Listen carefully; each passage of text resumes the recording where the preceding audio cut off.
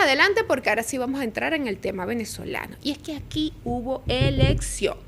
Una elección que además mostró la cara más terrorista, más fascista, más triste, más pobre, más miserable de la oposición terrorista de Venezuela. Y ahora, yo siempre los he llamado terroristas, pero luego de la detención de Juan Pablo Guanipa, después de todas estas denuncias que ha hecho el ministro del Interior, Diosdado Cabello, sobre los planes terroristas de María Corina Machado, su vinculación al narcotráfico colombiano y a las mafias internacionales, entonces eso refuerza mi argumento de que ciertamente ese pedacito de la oposición donde ahora se conjuga María Machado, Juan Guaidó, Leopoldo López, Julio Borges, todos los fracasados, porque además lo que ellos sí son es el team de los fracasados. A ver, digamos, en política, ¿qué logró Leopoldo López más allá de ser un simple alcalde?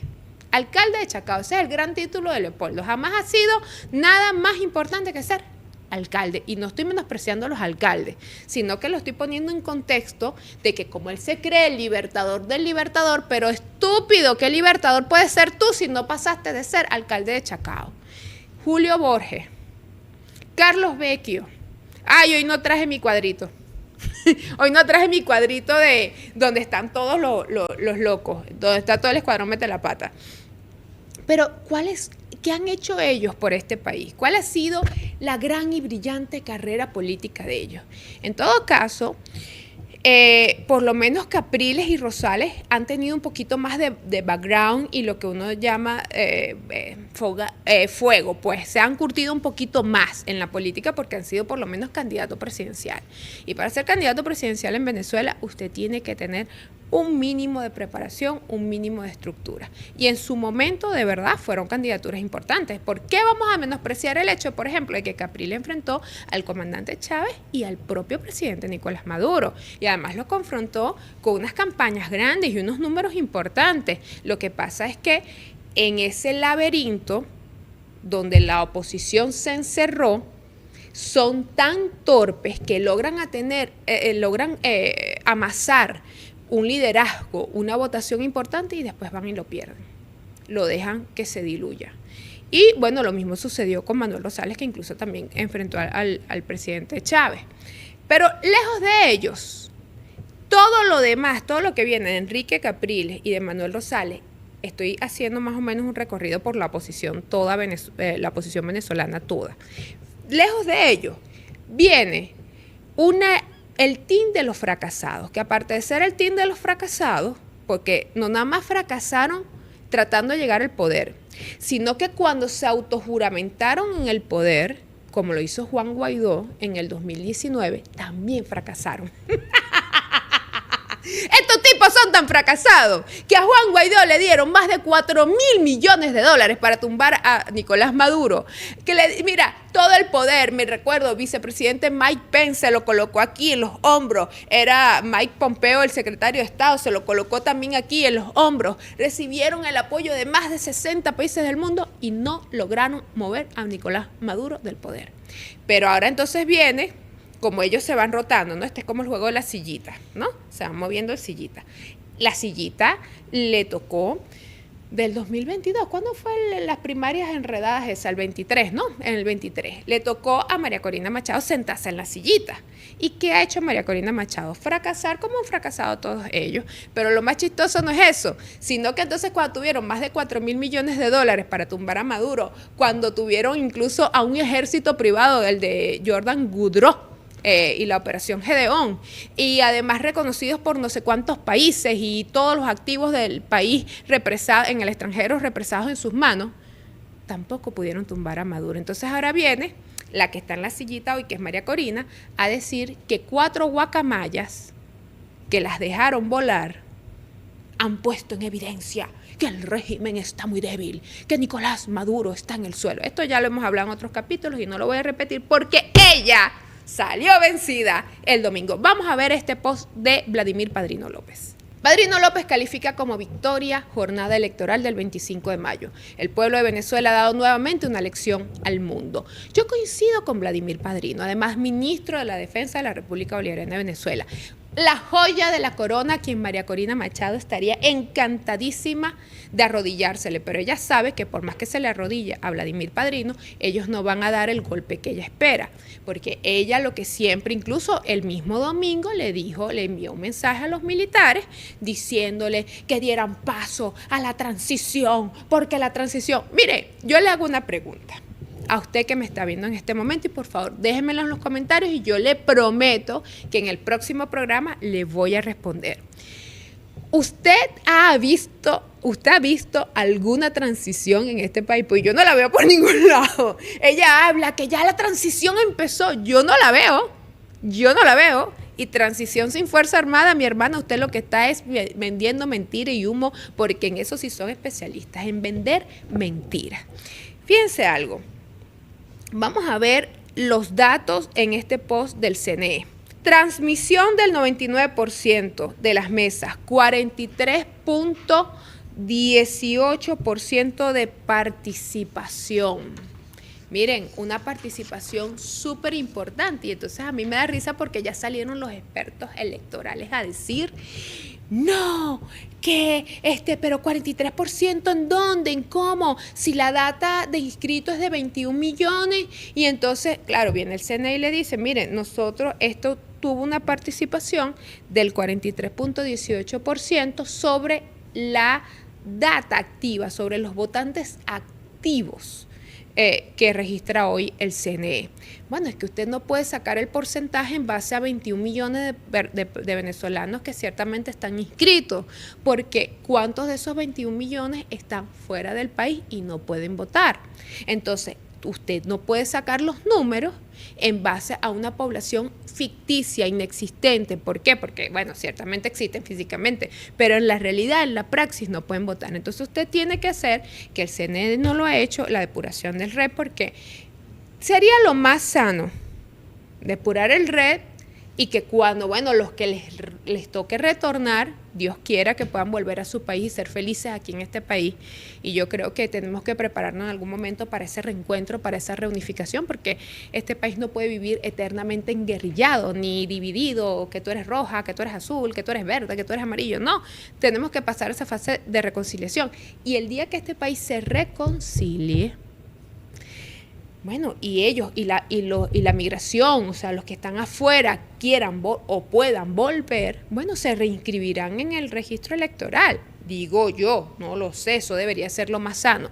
Mientras que eso no ocurra, por decantación, el CNE, incluso por revisión de quienes han participado realmente en los últimos 3, 4 procesos electorales, entendemos más o menos cuánto es la diáspora, cuánto es la cantidad de venezolanos que no están en el país y que están en edad votante y que están además inscritos, porque hay otra cantidad que están en edad votante pero nunca se inscribieron en el RED. Por eso esa cifra de 43.18%, lo cual es un golpe muy duro para María Corina Machado y para su escuadrón Mete la Pata. ¿Por qué? Porque ella lo que quería ese día era sangre, ella lo que quería ese día era que no saliera nadie a las calles. Y empezaron desde muy temprano con una campañita. Eran las 7 de la mañana, eran las 8 de la mañana y ya todos los empleados comunicacionales de María Corina Machado estaban diciendo, no hay nadie en los centros, aquí no ha votado nadie, aquí no va a votar nadie a las 8 de la mañana. Eso lo puede hacer usted a lo largo del día. Pero es que además, yo lo explicaba incluso en un video que estaba en mis redes sociales, donde yo decía, mira, estas elecciones, y se lo dije a ustedes en el capítulo pasado, que estas no son elecciones que desbordan las calles. Es una elección regional, no invita a lo mismo que la presidencial, sin embargo se acercó mucho en número a la presidencial, en porcentaje, perdón, a la presidencial, y sin embargo también el proceso es tan rápido, es tan corto, que ya no es necesario ver esa cantidad, esas colas larguísimas. Entonces vienen con la operación psicológica. Es que cuando yo fui a votar, en la hoja de mi cuaderno, el único voto era el mío. Señor, ¿y qué sabrá usted? ¿Cuántos de los que estaban en esa hoja de ese cuaderno están en Venezuela? A lo mejor ahí, dígame, el centro donde yo voto, que es un centro del este de Caracas, donde sabemos que es el este, las zonas, la migración, se ha dado muchísimo. Por supuesto, si vamos en números porcentuales gruesos, obvio que el grueso ha salido de las zonas más desposeídas. de las zonas más vulnerables del país.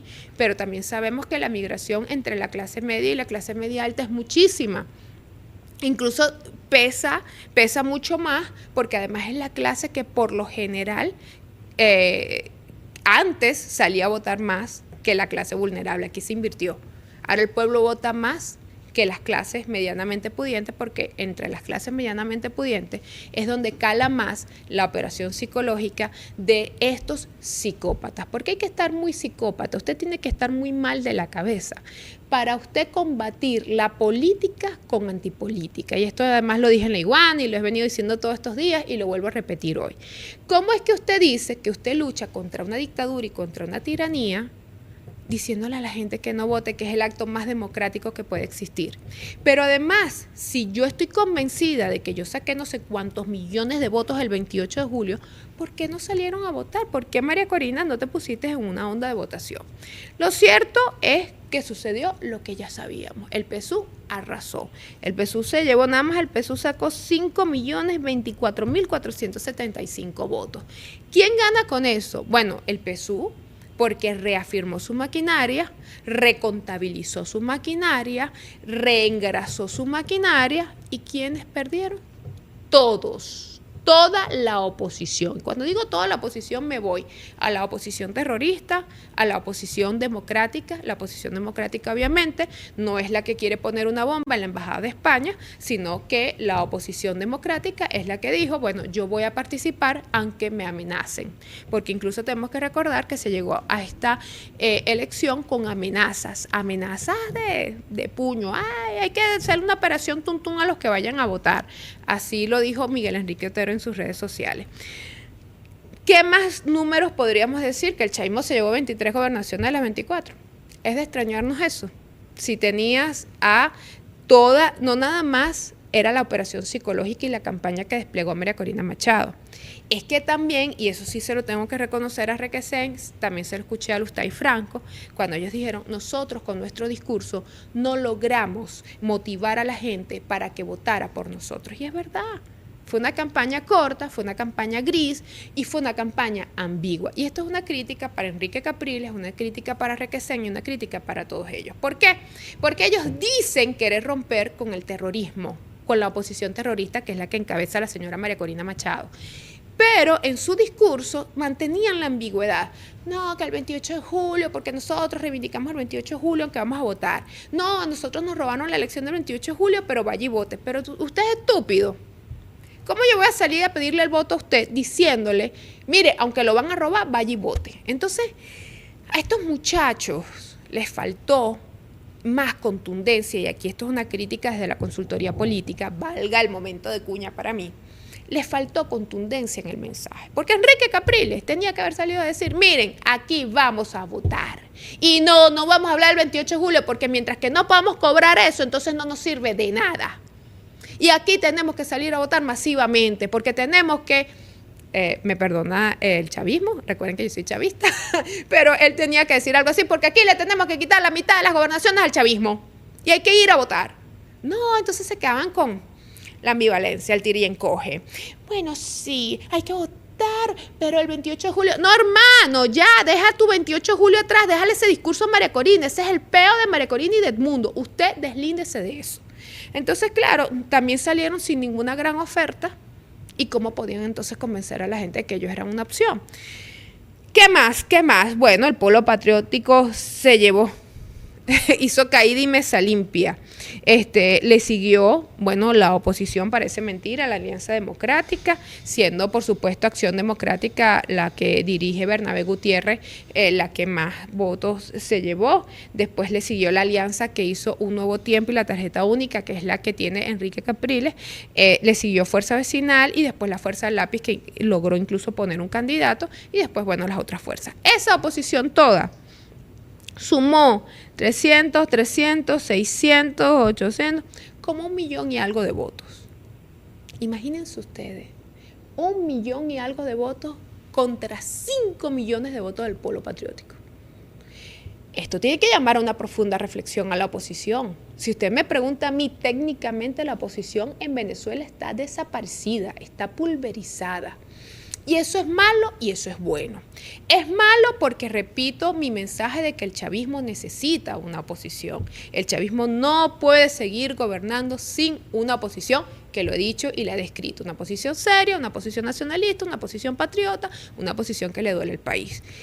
Y es bueno porque esto tiene que llevar a una profunda reflexión en todos los factores de oposición. Ya se tienen que dejar de esa estupidez, que tú eres alacrán, que yo no soy alacrán, que tú eres más impoluto, que yo no soy más impoluto, porque además les voy a dar una mala noticia. Aquí todos hieden, aquí ninguno es más puro que otro. Y si no, que vengan y me pregunten a mí, que me conozco todos los chismes. Entonces, déjense de esas tonterías. Eso no los va a ayudar a ustedes a reconfigurarse como fuerza política, porque si algo además demanda la base opositora, es unidad entre su liderazgo. Entonces se presentan un abanico de candidatos, como que cada uno fuese, porque el ego los traiciona. Tú hablabas con cada uno de ellos, no, yo voy a meter no sé cuántos diputados, yo voy a hacer esto, yo voy a hacer esto, yo voy a hacer lo otro. Espero que ese llamado a campana los haga reflexionar. Lo bueno es que María Corina no ganó. Y digo, entonces me dirán, bueno, pero es que ella no estaba participando. No, es que el hecho de que tengamos una participación del 43-18% es su gran derrota, porque aunque ella quiso hacer ver al mundo y generar una campaña psicológica, que es lo único que ella sabe desarrollar, y decirle al mundo que las calles estaban vacías, dígame tú la vieja cacatúa de Nitu Pérez Osuna, diciendo, Caracas parece un 1 de enero, mira, y Caracas en ese momento ya acaba de pasar por el CCCT, la gente comiendo, la gente en los restaurantes, la gente en la calle, la gente votó. Y sí, también otra parte se guardó, porque díganme ustedes, miéntanme usted, ¿en qué elección la gente no se guarda temprano? Porque siempre tiene el rumorcito, no, si pasa algo, tal. Eso es histórico en Venezuela. De que yo era niña, yo me recuerdo que papá, mamá, en la casa, ese día en mi casa se hacía sancocho, ese día en mi casa se hacía comida bastante, porque la idea era que los adultos iban, votaban, y después íbamos y nos recogíamos en la casa, y de ahí nos salíamos y pasábamos todo el día en casita. Eso es parte incluso ya cultural. Lo novedoso de esta elección, y yo estoy muy complacida, es que se eligió por primera vez en nuestra historia republicana gobernador en la Guayana Esequiba, que es Neil Villamizar del PSUV. Allí se escogieron, no nada más se escogió gobernador, sino que escogieron 8 diputados, 4 principales, 4 suplentes y 7 legisladores al Consejo Legislativo, en una población de 21.000, bueno, hay unos dicen 21.400, otros 21.500 habitantes, pero más o menos por allí. Y el candidato del PSUV, Neil Villamizar, sacó 4.720 votos, es decir, de los 21.000 y tantos que estaban inscritos, se llevó buena parte de la participación. Hubiese sido una oportunidad espectacular. María Corina, tú no dices que tú eres amiga de Irfan Ali, tú no dices que tú eres una gran defensora del Esequibo. Bueno, hubiesen lanzado un candidato para el Esequibo.